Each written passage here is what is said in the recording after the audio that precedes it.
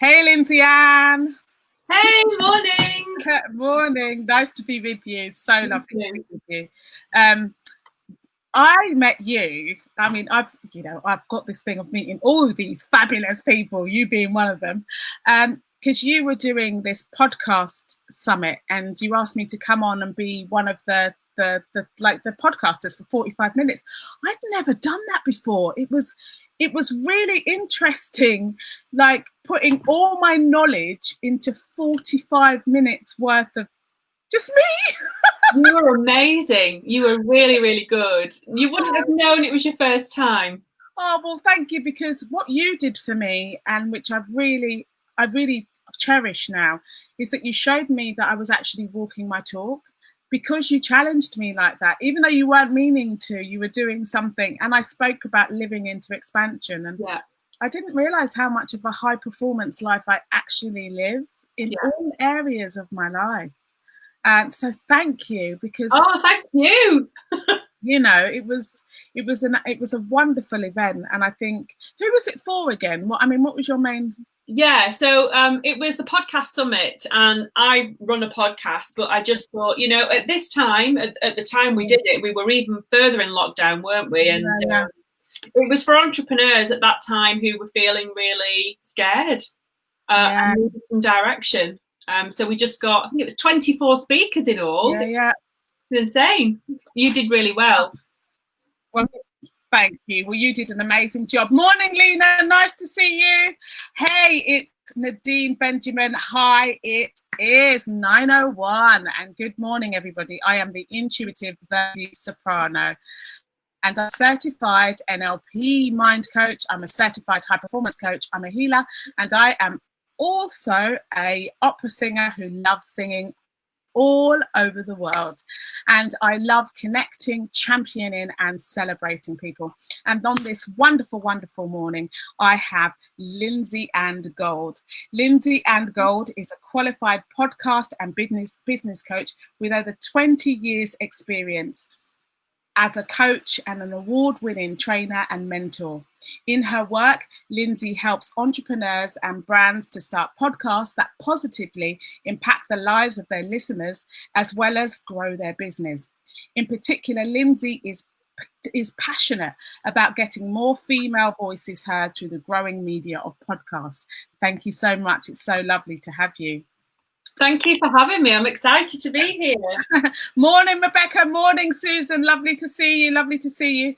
So, as I always say, every morning, my friends, Lynsay and I are not GPs or medical doctors. We are all psychiatrists. We're just here to share our experience with you. So if you need it for more personal development, or it's going to help you at this time, then we encourage it. If you do need to reach out to someone like that, please, please, please pick up the phone. And if you know someone that needs that help, please help them pick up the phone and give them a ring, and so they know that you're there.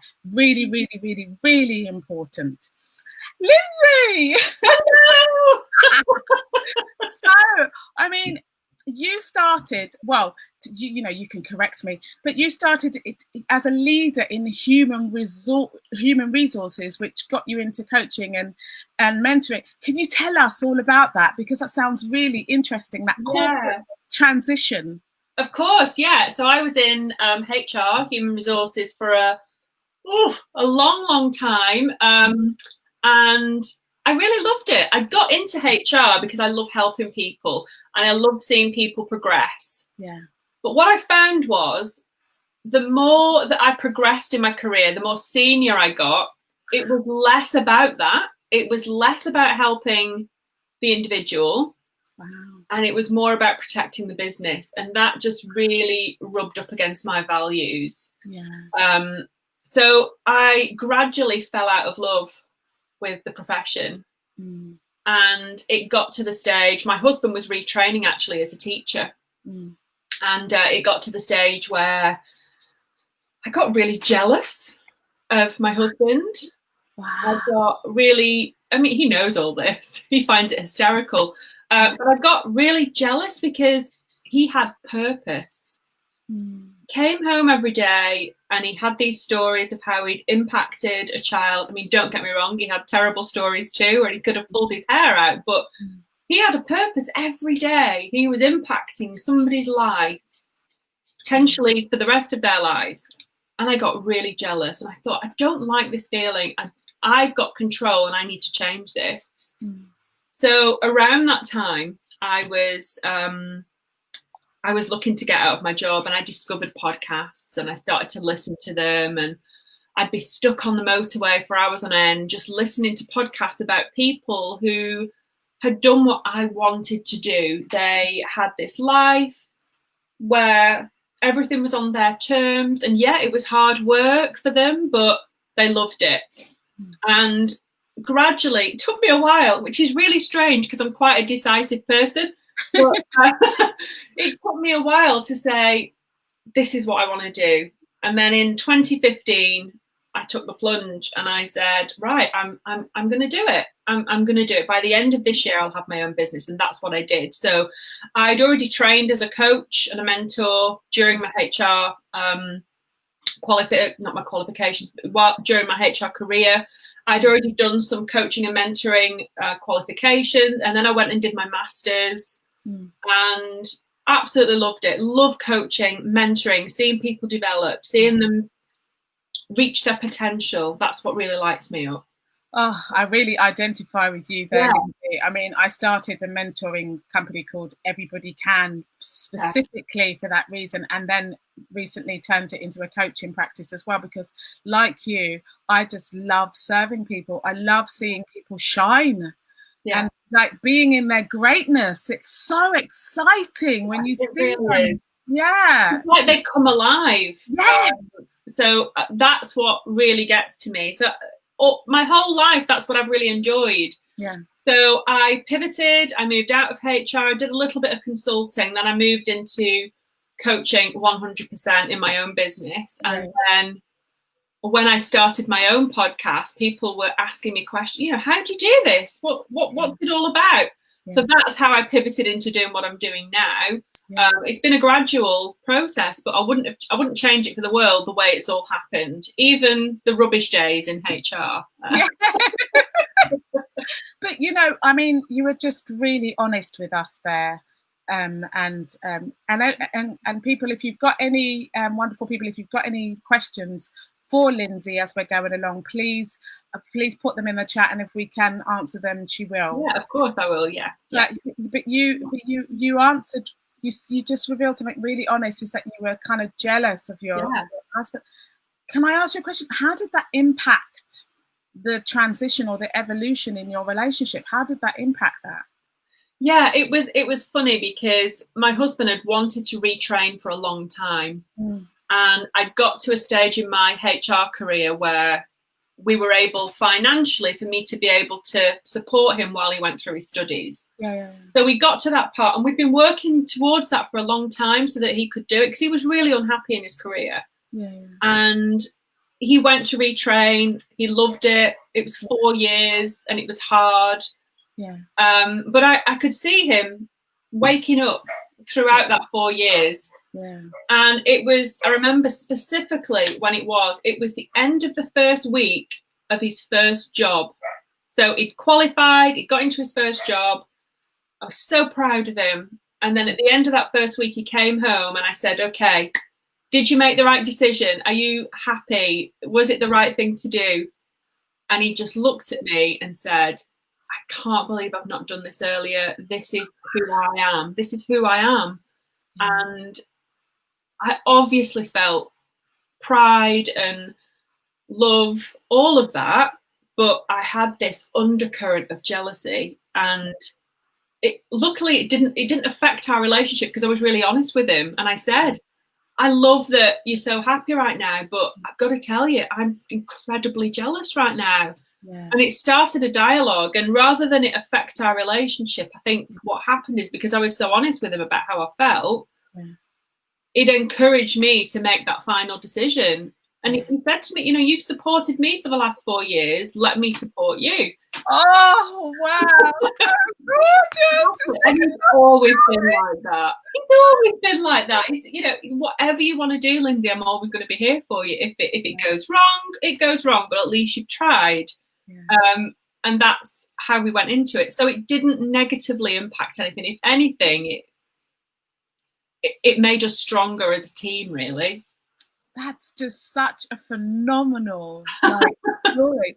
And the fact that you could be really honest with him, and that he met you in that space. And, you know, and it's funny that you talk about jealousy in that way, because I always remember Tony Robbins. I've done a lot of Tony Robbins work as well. And he always says that when you're jealous of someone, it is always an indication of where you haven't stepped up for yourself. Yeah, definitely. Definitely. And that's exactly what was happening. I took way too long, sat on that motorway listening to podcasts, willing it to happen, and didn't do it. And it was almost like a kick up the bum that I needed from the universe to say, I thought you wanted this. Come on, it's here if you want it.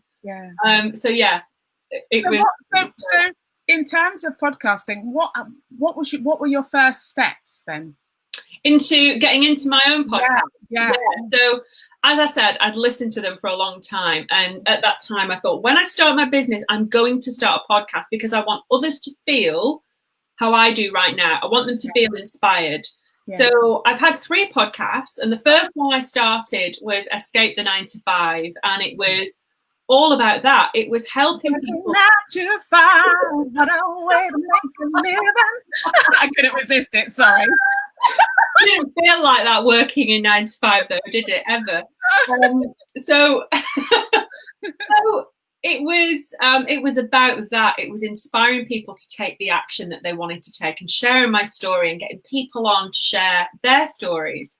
And that was brilliant. And that was my first tentative steps into it. And I sort of woke up one day and thought, right, I'm going to start my podcast. And when I look back now, it was so incredibly naive of me, because I had no idea what the hell I was doing. And worse still, I didn't know that I didn't know. So it was really tough at the start. I just got in the trenches and did the work. And it worked out really well. It was fantastic. And then I've had 2 podcasts since then. My current one, Podcasting for Business, which is about the work that I do. But between that, I had a really interesting podcast, which I know you'll be interested in. It was called Choose Courage. Oh, yes, I'm all about courage.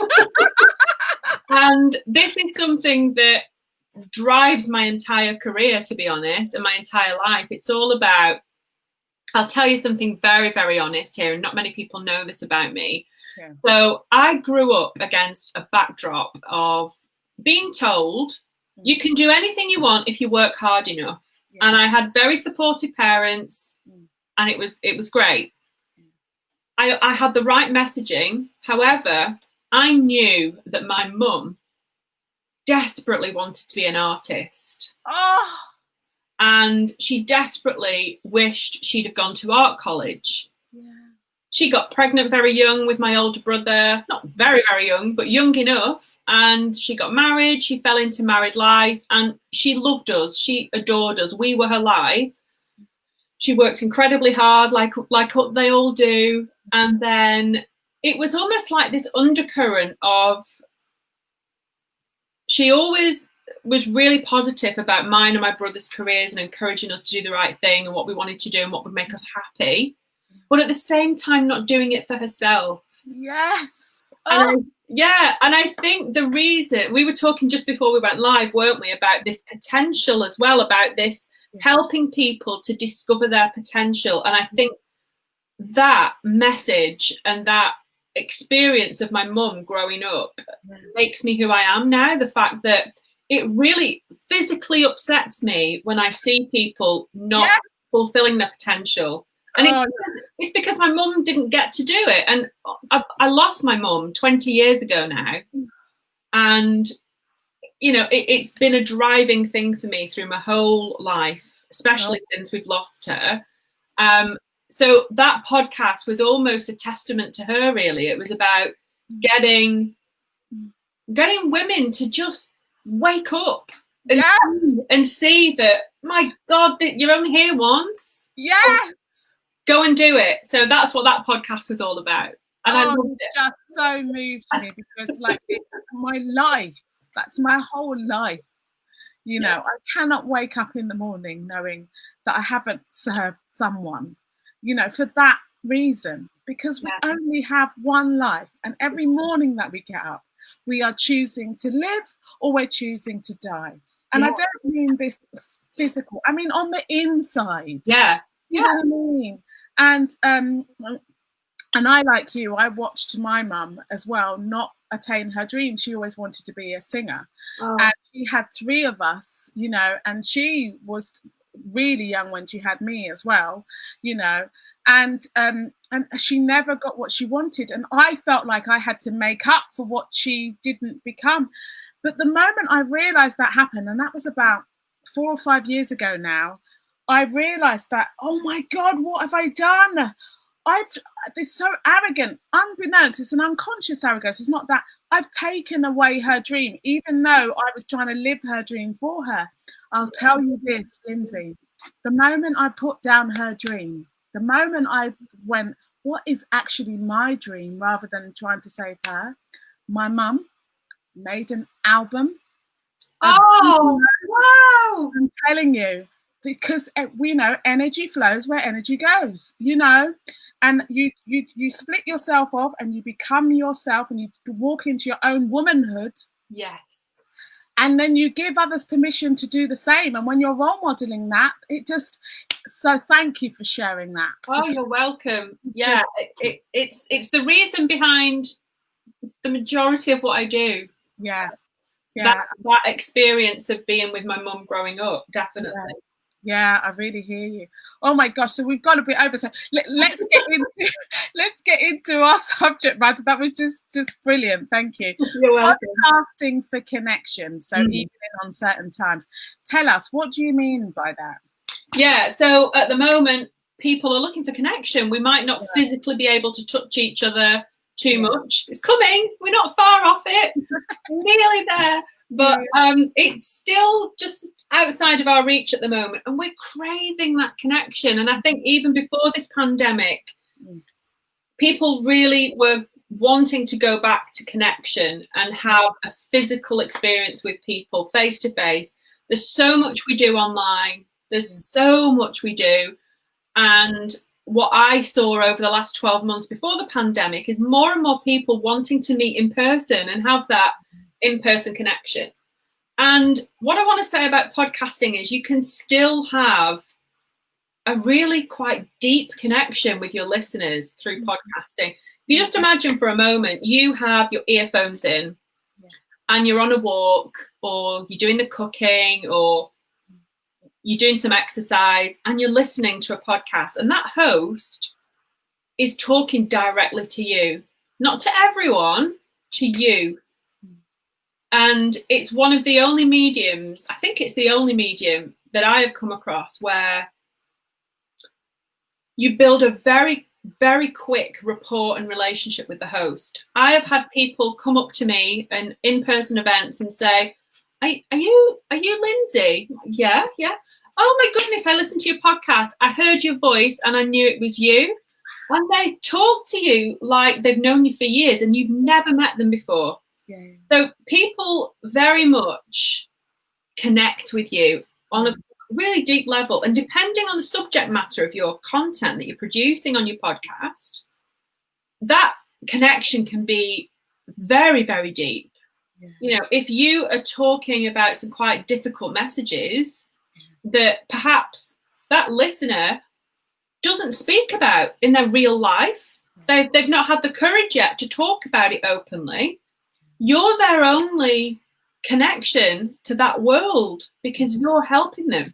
So I've always believed in the power of podcasting, 100%. They changed my life, and that's not, you know, it's not cheesy, it's not untrue, it's the truth. Yeah. So when you're looking to create connection with a podcast, what it's all about for me is that community.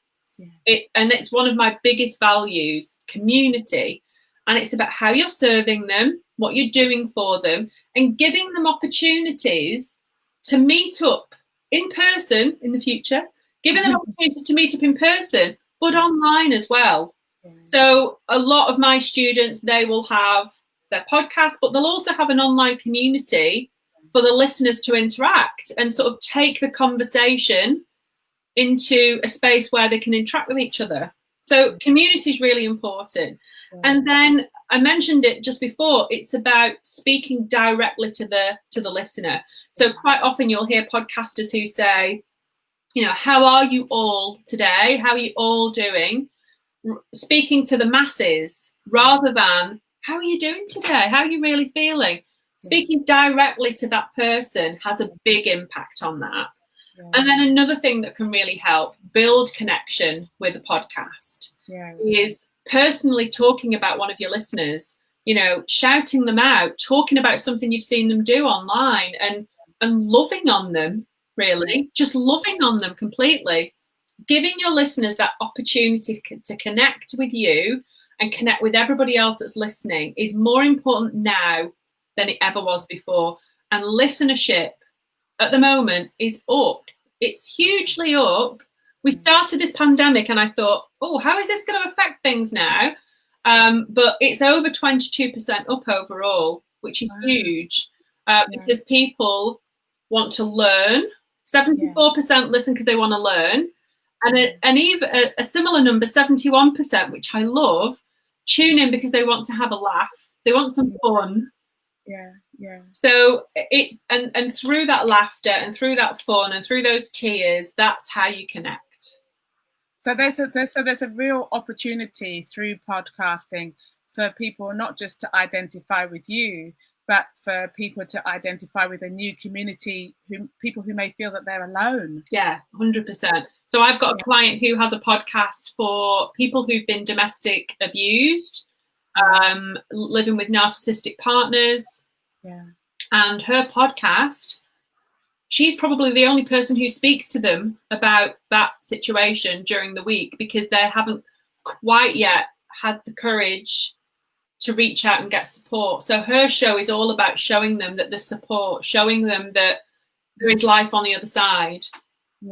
So depending. Just a shout out to Boots at the moment. Boots is running a system for men and for women in domestic violence. If they need a place to go and talk, they are running these kind of booths for people. So walk into any Boots and you'll have the help that you need to be able to reach out to someone. Having come from a home of domestic violence, I really celebrate Boots for that. So thank you. Yeah. So in terms of then, like, so some kind of tips for people who, you know, would like to start a podcast. What would you kind of recommend? So okay, so lots of people think, I want to start a podcast, like I did, really naively. What I would say is go a bit deeper before you start. So first of all, really get clear on what your message is. What is it? Specifically, what is that message? And the second one is get really clear on who it's for. Now, I tell my students that your podcast isn't necessarily for people who are ready to take action right now or work with you right now. Your podcast is helping those 1 or 2 steps before that. So it's almost like you're teaching them that there is another way, or that they can get support, or they can work with you through the podcast. So know your message, know who it's for, and then finally start before you're ready. Just start. Quite often, you know, us women, I don't know what it is about us, but we're like all of our ducks in a row, don't we? We want everything perfect before we'll take action. But let's take a leaf out of the guy's book and just go and do it, because nobody's expecting perfection from day one. It's just about being true and raw and real. And that's what's going to resonate. About, you know, knowing your message. Can that knowing your message mean that, you know, that people, I've got a really good friend like the Rebecca Louise Dow in the chat here. She runs the Golden Age Singer, and she's got an obsession with Ivan Novello. Is it possible then that somebody could just have a podcast about somebody like that, like just about somebody that they love and talk about and celebrate? It's like a fan podcast almost. You can genuinely have a podcast about anything you want, anything. Yeah. If you search for the most obscure thing, I bet you there's a podcast about it. And how long should they be? Is there a specific time of how long they should be? And this depends on who it's for. So if you're creating a podcast for people who are busy professional women, I would keep it fairly short and give them quick, tangible tips to take away. Yeah. But if it's, let's say you really enjoy craft and sewing and creating things for your home, people are going to be listening to that while they're crafting. So it could be an hour. You know, it really depends on who it's for. So it's about getting clear on what I just talked about, what your message is and who it's for before you know how long it is. Oh, you've been so brilliant. It's so wonderful to listen to something just out of the box as well. Like podcasting has become this amazingly new thing. It's been going on, you know, under the radar for quite a while, but to actually now starting to engage in it, it's just wonderful to hear your story, how you got into it and why it's important to you. It's just been such, so wonderful, Lynsay. Thank you. Lynsay, where can we find you? So you can come to my website, lynsayand.com. But you'll also see that I'm running a challenge, which we talked about from the 1st of June for anybody who wants to consider starting a podcast. I'm just a bit curious about it. I'm running a free challenge from the 1st of June. So I'll give you the link that you can share. And it's completely free and you get my support for a week. Oh, Rebecca, that's brilliant. Thank you. Hi, Rebecca. And so tomorrow I am going to have the wonderful duet, the Songbird Sessions. They are, oh my gosh, they're just incredible. You're going to love them, people. And they are Gemma Knight Jones and Kelly Fraser. And they are going to be talking about the reality of living a creative life, our evolution, which I'm so excited about. So please tune in tomorrow for them. Now, Lynsay Ann, do you have any final thoughts about that? Yeah, there's quite a lot I could say here, but I think what I would do is I would refer you back to my story about being jealous with my husband, jealous of my husband. And I would say the message from me is be completely honest with yourself and act in accordance with that. If I hadn't been honest about the way I was feeling, I wouldn't at all be doing what I am doing right now. So live intentionally, live with what's true for you. Just be honest with yourself. Go for it. Just go for it. You're only here once. Oh, that's such a wonderful. And I just want to say, like, podcasting, I just want to thank you, because I would have never have thought when you started dialing down into that thing of, you know, sometimes you're the only access to that world. Yeah. For a person. I mean, when I think about that, when I let that sit with myself, it just really opens my heart out. Yeah. Because everybody needs to hear our message. Like, it doesn't matter who it is, does it? You know, we've all got a story to tell. And our message is for a person, and it's not necessarily for everyone, but it is for one person. Yeah, and you will be amazed at the ripple effect that you can create in somebody's life. By you sharing your message with one person and it impacts them positively, how is that going to impact everyone else in their lives as well? It's really powerful. Yeah. Well, thank you so much. You've